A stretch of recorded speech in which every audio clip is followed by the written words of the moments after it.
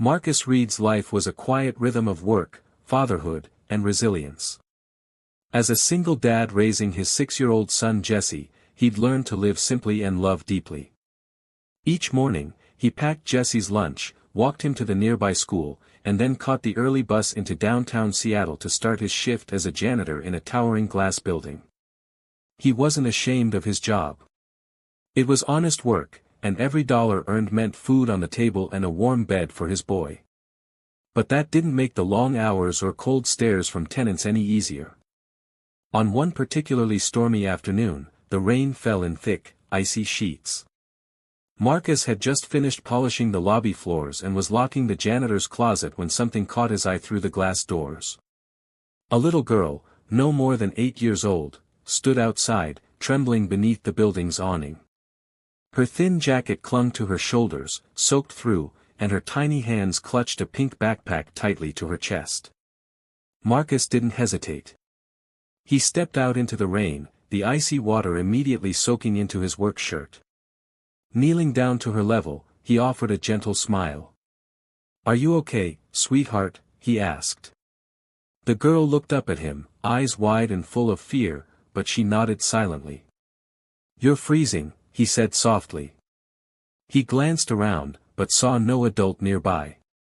Just the city rushing by in a blur of umbrellas. Without another word, Marcus slipped off his own jacket and then opened the only umbrella he owned. It was old and a bit worn, but it was enough. He handed it to her with care. "Here.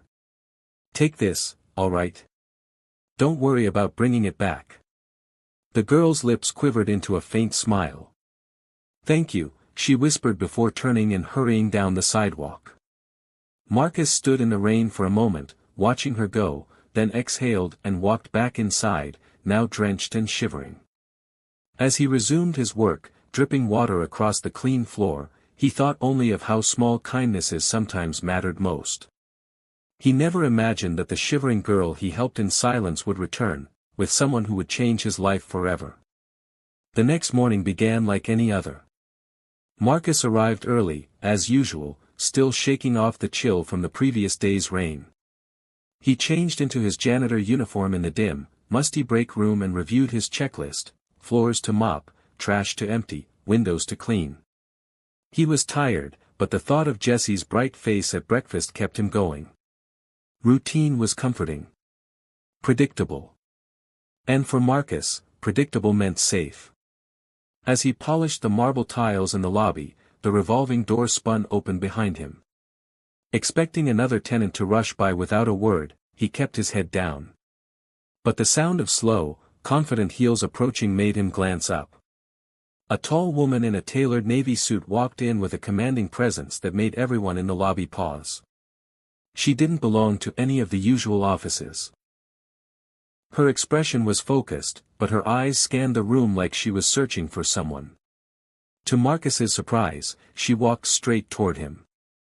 "Excuse me," she said, her voice clear and warm, but firm. "Were you working here yesterday evening?" He stood up, caught off guard, and nodded. "Yes, ma'am. Is everything all right?" Instead of answering, she reached into her sleek leather bag and pulled out a folded paper. It was a crayon drawing, childlike and colorful. Marcus's heart skipped. It showed a little girl with a big pink backpack, standing under an umbrella held by a smiling man. "My daughter, Ava, drew this last night," the woman said. She said a kind man gave her his umbrella in the rain. Marcus smiled, remembering the shivering girl. She looked cold. "I couldn't just leave her standing there." The woman extended her hand. "I'm Rachel Bennett. Ava's mother. And as of this week, I'm also the new CEO of the property management firm that owns this building." Marcus blinked in shock. He shook her hand hesitantly. "It was nothing, really." Rachel smiled warmly. "To Ava, it was everything. And to me, it reminded me that there are still people who do the right thing without expecting anything in return." He nodded, unsure what to say. He never expected to be noticed, especially not by someone like her. But as she walked away, her heels echoing across the marble floor, Marcus had the strange feeling that his quiet world was about to change.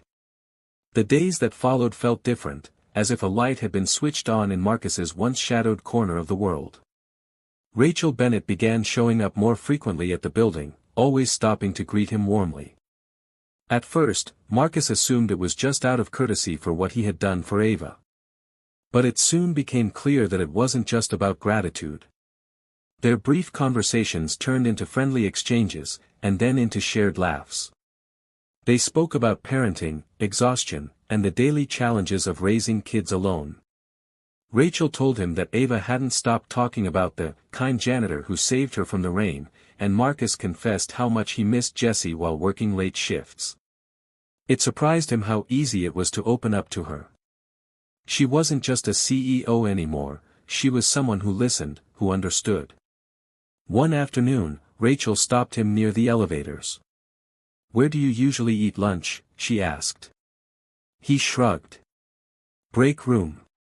Sometimes the storage closet if I need quiet." She frowned, clearly unimpressed. "That's unacceptable. You're eating with me tomorrow." "My office. Noon." Marcus chuckled, thinking she might be joking, but when the next day came, she was serious. He walked into her spacious, glass-walled office nervously, wiping his hands on his pants. She'd already set out 2 sandwiches, bottled water, and a small container of cut fruit. They talked like old friends. About school fundraisers, picky eaters, and lost sleep. Ava even burst into the office mid-lunch with a big smile, running straight to Marcus for a hug. "I brought your umbrella back," she announced proudly, handing him the slightly bent but beloved object. Marcus laughed, surprised she remembered. He looked at Rachel, who was watching with a soft smile. "You're really something," he said gently. "You are too," she replied. From that day on, Marcus felt seen in a way he hadn't in years. The people in the building began nodding to him, offering smiles and greetings. And more importantly, Rachel kept coming back, not just to work, but to sit, to talk, to be near him. Something was shifting between them, something warm and undeniable. Still, Marcus couldn't help but wonder, was there really room in her world for someone like him? 2 weeks later, the lobby buzzed with unfamiliar energy. Marcus had just finished buffing the floor when a security guard approached him and handed him a white envelope. "Ms. Bennett asked me to give you this," the guard said with a grin before walking off. Confused, Marcus wiped his hands and opened it.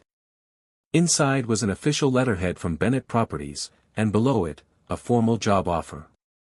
Facilities manager. Full-time. Salary triple what he made now.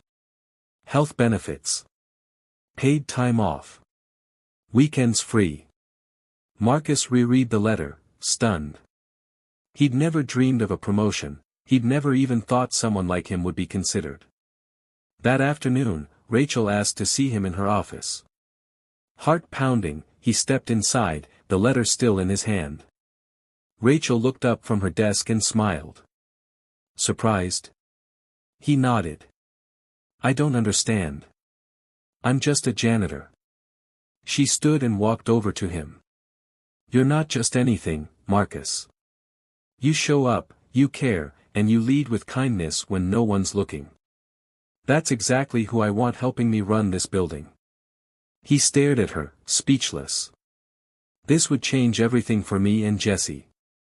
"I know," she said softly. "That's why I'm offering it."